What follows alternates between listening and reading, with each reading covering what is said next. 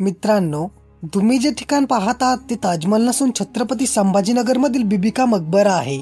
या भव्य स्मारकाला मराठवाड्याचा ताजमहल असेही म्हणतात।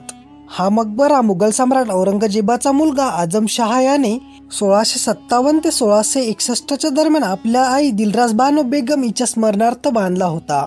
हा मकबरा अताहुल्ला यांनी बांधला, जे ताजमहलाचे मुख्य शिल्पकार उस्ताद अहमद लाहोरी यांचे पुत्र होते।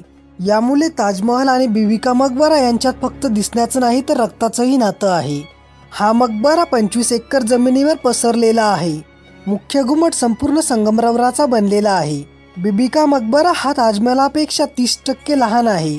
हे स्मारक 28 नोव्हेंबर 1951 रोजी राष्ट्रीय संरक्षित स्मारक म्हणून घोषित करण्यात आले। आज हे छत्रपती संभाजीनगरचे मुख्य आकर्षण आहे आणि जगभरातून पर्यटक येथे येतात।